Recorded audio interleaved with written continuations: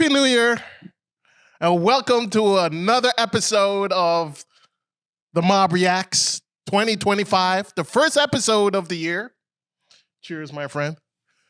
Virtually cheers. Yes, it was a beautiful 2024, and we're going to make 2025 beautifuler. If that's a word. The beautifulest thing in this world. Remember to like, subscribe, get in the comments, and let's argue. All right. What's on the docket for 2025? Drake drops, it was a leak of a song called Is it really a leak? Is it really a leak? Great point. The Fighting Irish, or Irish Fighting, or Irish Spring. He does a little bit of venting again. Soul searching. Yeah. I guess the word on social media is he is getting at LeBron James. Well, LeBron James had it on him. Yes. What? Drake has a LeBron James tattoo on him. He has a what? Drake He has a tattoo? of LeBron James. Like on his his arm. face or his number? His face. Tattooed where? Somewhere on his back. Look us up. Hold on a second. I am not shitting you. This guy. Let me see. LeBron James tattoo.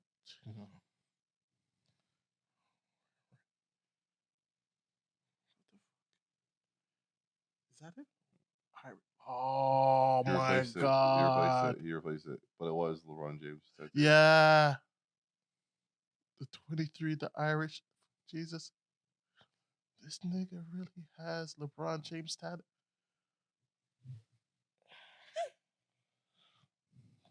I'm all out of L's. I have lost all my L's in I'm not gonna 2024. lie, Drake makes it damn near impossible sometimes to go to bat for him. Wow. I'm all out of the Wow. L's. Yeah. I didn't know that. That is Drake, I guess. On brand. Yeah, what do you think about the song? I thought it was raw. I thought it was, a side of Drake that we haven't seen in a while. Basically admitting defeat almost. Admitting that his back is against the wall. Mm-hmm. Retrospect, Drake is cool Drake. I like that. Mm-hmm. I like humble Drake. Mm-hmm. Listen, I know people are labeling the song as him whining, but I don't mind this at all. Obviously, the situation with him and Kendrick, it's a personal one. And I guess people he considered friends, brothers, close associates within the industry, when he's seen that they were obviously picking a side, I'm sure that's going to hurt anyone, right? But the industry is filled with a lot of fake people, a lot of fake friendships, a lot of people telling you sweet nothings in your ear that really don't care for you. But to be fair, I don't know the dynamic of LeBron and Drake's relationship up to this point. I know back in the day, around, when 2010. 2010, yeah. There was a strong connection there. I don't know what happened since then, or if anything happened, or if they grew apart. Based on what Drake had to say and what I heard on the record, it seemed like he thought they were still cool, but I guess not. So I understand from Drake's perspective being hurt and wanting to say something about it. And this battle wasn't just a battle. This is a legit beef. It's personal. Drake says that on the record.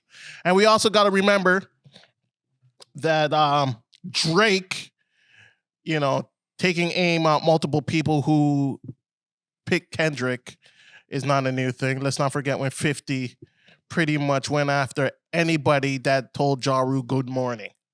He took shots at everyone who stood close to Ja Rule. Yeah. So, it's not a unique thing. So let's just keep that in mind. Yeah, Drake comes off as the pissed off ex-girlfriend. Yeah, and I hope he finds what he's looking for. I hope he What, I hope he peace, peace. tranquility. I hope he finds it all. And I hope he finds it all on where does he live on what's that name of that show? bridal Hope he bridal finds path. it all in the bridal path. But yeah, I'm still rocking with Drizzy. And you know the other thing is too, it seems like with Drake, he's on the defense a lot. I want him to kind of just like take a 50 Cent approach to some of these situations Such and as? just straight, just like start, I don't know, Trolling people? maybe start out niggas, man. I'm sure he knows a lot of their secrets, or even hint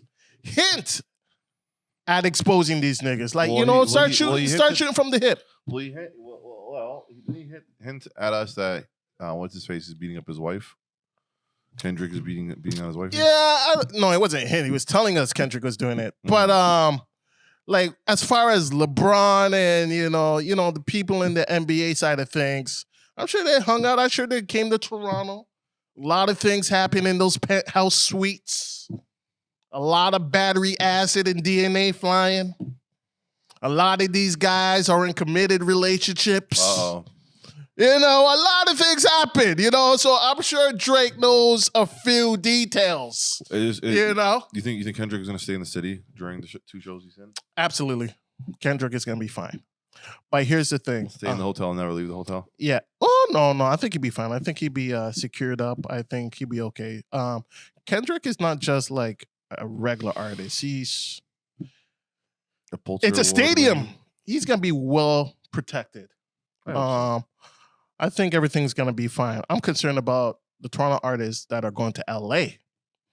Now, that's a little shaky because you have to go to LA at some point, especially if you want to be in this music industry. Well, I know we'll be talking about this later, but, you know, Friday says there's no problem for Toronto niggas. Yeah, I mean, yeah, but does Friday know all of LA? True. You know, and you know this. It only takes one knucklehead. Absolutely. You know, who sees an opportunity, who sees someone slipping, who sees someone as a mark, and just takes the opportunity just because. So maybe outwardly it may seem like everything is cool, but I would never bank on it. You just never know. You just never know. So I always say err on the side of caution. Better to be safe than sorry. All right. Is there anything else you want to add to that, brother? Nothing other than, you know, he came off as like, again, the pissed off ex-girlfriend. Yeah. Okay. Up next, Friday on the Voices of the Staircase podcast. Did you watch that? I saw it. Yeah, that was a tough watch. Salute to Voices of the Staircase. Salute to Honcho Hoodlum. Salute to Friday. But a word of advice for the guys at Voices of the Staircase and Honcho Hoodlum. You got to let people speak. You got to let them land the plane. If you ask them a question, you got to let them finish their thought. I felt like as soon as Friday came out, they're just like grilling their teeth. Yeah, they couldn't wait to get at him. Yeah. Because from their perspective, I don't want to go through the situation. You would have to tap into Friday, but there was a situation between Friday and Wack100, a conversation that Friday had with Wack100, and Wack100 secretly recording that conversation, or maybe it was a text message and putting it out to the world, which is 100% rat shit. Goofy. That is crazy. It's goofy, absolutely. That is crazy. Wack is really living up to his name. Yeah. Let me tell y'all. And I told you guys a while ago, this guy has no credibility because a lot of you guys got excited when he says there's a tape out there of Tory, or a tape that could exonerate Tory out there. This guy has no credibility. So, yeah, I'm just going to throw that in your faces. Anyways, so that was put out there. Yeah. And I guess we like the fact that Friday held itself. Salute to Friday. Held his ground. 10 toes deep. Did a great job of navigating that calamity. 4 or 5 men trying to speak at once, not letting him finish his thought. I was getting frustrated. So I liked, like at the exact moments I was getting frustrated, Friday instinctually was just like, yo, are you gonna let me finish talking? And I love that. So they're basically calling Friday a traitor because Friday, I guess, spoke to WACK100 about top 5 and Drake and their relationship, which I don't see that as treason. When you're in media, you have relationships with a bunch of people. You talk to people behind the scenes. I'm sure it's the same thing with artists. You want to maintain those connections because it's a mutually beneficial connection. Something going down in Toronto, people from LA may want to know, and things go down to LA. Yeah, you want the scoop. So, I think if there was any travesty, it's WACK putting a private conversation out there for public consumption. That is crazy. Absolutely goofy. And to be doing that at your geriatric age is mind-boggling. That is crazy. Wouldn't you be super upset? I would. I would actually think twice or thrice to even like be on the same phone call as Wack100. My God! Anybody who thinks that Wack100 has something to say at this point in the game, you're far behind. It is crazy that this guy literally is recording a conversation, thinking about how he could weaponize this against a person or someone else outside of that conversation. He's so like that's crazy. Wack100 is so accessible. You can catch him on Clubhouse any given time. So if you guys want more context or more understanding of the situation, check out We Love Hip Hop podcast. Friday breaks it down on like a 2-hour, 3-hour live stream about the situation. And, top 5 got into it with WACK. It was a shouting match. A bunch of threats and promises and warnings and all sorts of shit was flying back and forth. Hopefully it just remains at words and it doesn't progress to anything where someone is hurt or potentially killed. And one thing for podcasters or people who are going to be on podcasts, try not to drink heavily before you get on. That is a great tip. Yeah, we used to do that. But yes, don't do that. You sound crazy. That is a great tip. Yeah, absolutely. We used to do that, and it's definitely something we both recognize. Like, when you're drinking, you're feeling good. You kind of lose, self-awareness, and things could get carried away. And before you know it, you're repeating yourself like 20 times. You're repeating yourself. You're cutting off your gas from finishing a thought. You're sounding belligerent. You're slurring words. Yeah, you're not sticking with the topic. So yeah, that's great advice. Yeah. But so this is not shade to Honcho or Voices. This is just some constructive criticism. And we felt that, it's okay to address you guys publicly because that episode is out publicly. So why not? And you guys can read the comments on your channel that, a lot of people were annoyed with the interruption of Friday and just basically not allowing him to speak. So just work on that, fellas. Yeah. Other than that, salute to you guys. All right, DJ Snoopy. I want to give DJ Snoopy a special salute. Yeah, for real. Snoopy, I am legit proud of you, man. You have been putting in work from 19 how long, and I just love seeing you put in as much effort as possible, and you're literally putting on for the city. Like everything that I've seen from Snoopy, he legit tries to make it a Toronto thing. Yeah. And I love that. And we watched one episode of The Real Baddies of the Six. And I gotta be honest, I was entertained. Yeah, that was crazy. I was entertained. And I'm not the demographic you're trying to appeal to, but I was legit entertained. It was funny. I love the mix up. I love the fighting. Couple of those girls. Woo! What's that one girl's name? What's her name? Herpatra. Oh lordy. Herpatra. Korean chocolate. Because she got the eyes, Korean chocolate. Korean chocolate. My God. Beautiful. Beautiful. And the shorty beside her too. Yeah, that famous girl. Yeah. And the other girl with the hair. Yeah. She can get it too. Yeah. So I see what you're doing. I respect it. Zeus Network. Canada coming, loading. Come on, tap in. The market is open. One only. What is it? Criticism? Criticism is the audio in episode 1. Yes, the audio in episode 1. Unbearable. Yeah, it was pretty bad.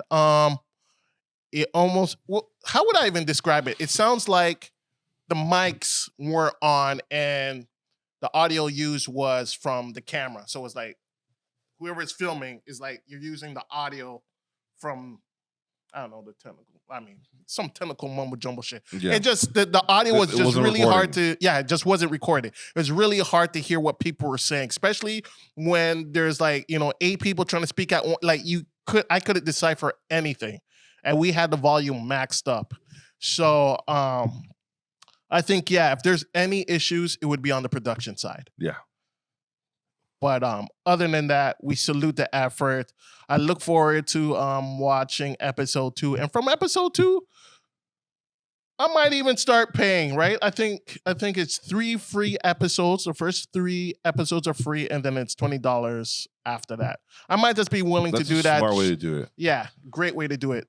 Just to support, because it's a Toronto thing, and I love what you're doing. And you've been on our show before. And we would like to have you back on again, along with a couple of the hosts. Herb Patra, we're looking in your direction. Well, I am actually. He loves you, but I love you more. Salute to DJ Snoopy and everyone involved. We appreciate what you're doing. And what's the guy's name? The gay guy. Him Bumbaras. We'd like to have you on too. The old Bumbercloth? Or Bumbercloth or Blood Cleat or whatever your name is. We'd like to have you on the show too. Yeah, so I like what I'm seeing. Yeah. So salute to you guys. Check it out, guys. The show's called The Real Baddies of the Six. Go to their IG. The link is in their IG. Click the link. And you just go from there. You know what I mean? Like, and when we say like Toronto, we don't help each other out. This is the best opportunity to do so. Absolutely, best opportunity to just tap in and show your true colors. Yeah, get behind home team. All right. Yo, have you seen the video I posted, the young black teenagers? I saw it. I stopped when I saw them, all the kids were white. I remember them from the 90s, but I completely forgot. Were they a rap group? They were a rap group, and they were dope. And they were called Young Black Teenagers? The Young Black Teenagers. But listen, the Young Black Teenagers, for them was like, it's not a color, it's a state of mind, because they grew up in black neighborhoods. So they grew up in hip-hop culture. I don't even know. I'm never going to explain it, because this dude is a Pan-Africanist, and he doesn't care. Like, he sees white skin, automatically you're a colonizer, you're Christopher Columbus, you're a grandmaster of the Mississippi KKK. He doesn't care. Michigan KKK. You know what I mean? But these dudes were dope. Let's listen to a quick song. Let's listen to it. All right. The Young Black Teenagers. I've heard of them before, actually. Yeah? Yeah, I've heard of them.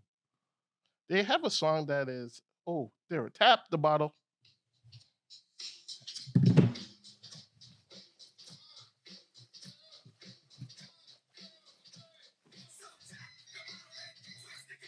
Pop the bottle, twist the cap.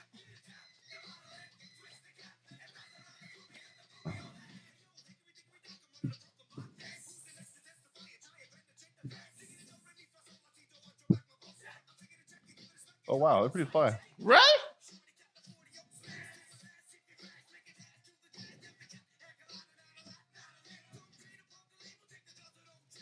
Oh, shit. Dope shit.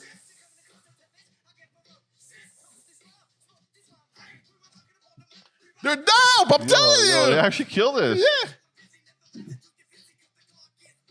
I want to see what they're up to today. Like, what happened to them today? Shout out to DJ Scribble.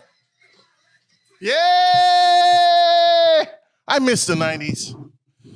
I miss the 90s. What happened to them? I don't know. You'd have to look it up. But I think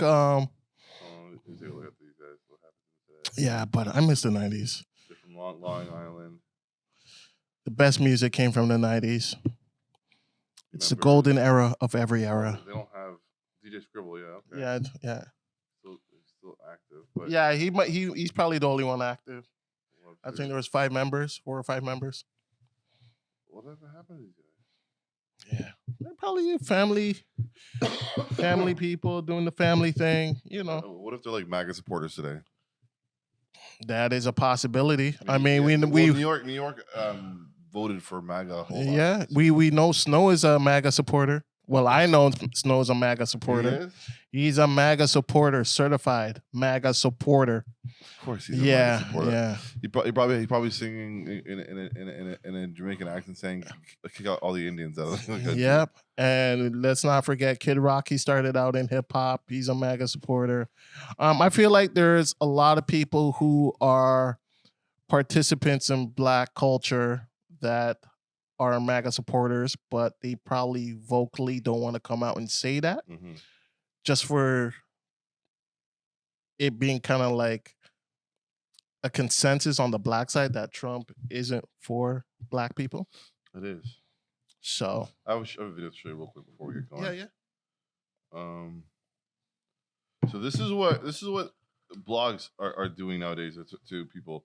They're getting the racist people so fucking like brazen to go up to people in the gym and telling them that, yo, you stink. So this is a white dude who went to an Indian guy and he's like, yo, you stink like shit. Do you know that? Look how brazen people are getting nowadays. Bro, do you realize you smell like absolute shit? Do you realize you smell like absolute shit? You wear deodorant? Yeah. You shower? Yeah. You reek, bro. Like really bad. I think everyone else at the gym knows too, man. I'm just letting you know, bro. It's fucking terrible. Okay, so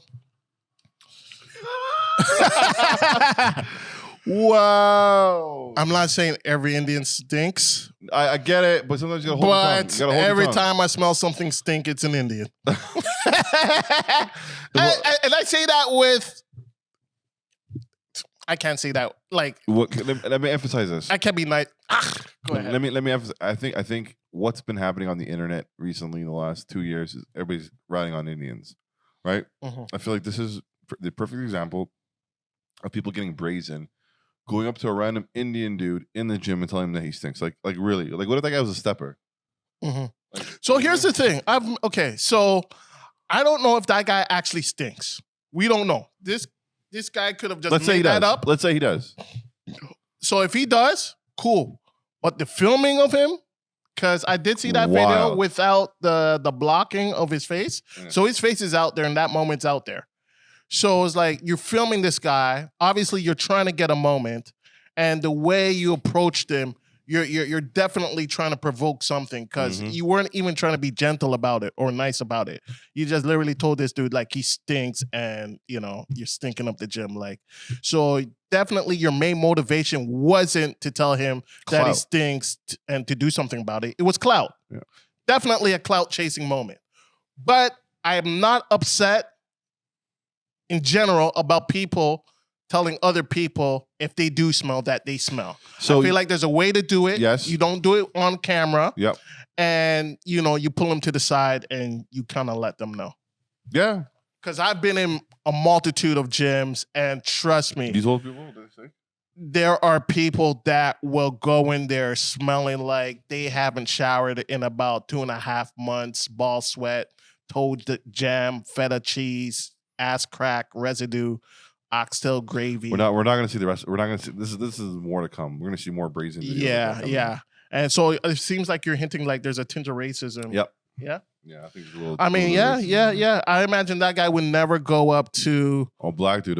It's selective racism. Like he would never. I'm assuming here he would never go up to a black person if they smell and do that because we'd jump out the window on that shit. So it's kind of a dickhead move for him to film that dude and put his face all over the internet. That shit is viral. And, and imagine this guy doesn't smell. And that video's viral. Now this guy's going into work, whatever. Now he has a stigma that he stinks. People thinking, that guy. Right? Yo, Nav Deep stings, yo. Right? Here comes Nav Deep. Like, yo, suppose that this nigga guy's stinks. single and he wants a chopper shorty and she saw this video. She's liable to say, yo, She may not know the video, but her girlfriend's like, yo, is that the guy from the you know, he Yeah. stinks. Yeah, I know. Imagine what happens if he takes off his So pants. this is what happens on the Torontoology blogs. Stay out of the Torontoology blogs. It's not real life, guys. Your girlfriends are telling her, like, yo, this nigga's ass smells like freaking depression. Like, yo. Yeah, so Well, here yawning and shit. mustard gas. Yeah, you seem like you're tired. I'm pretty tired today. Yeah? Yeah. What's going on? You know. Okay.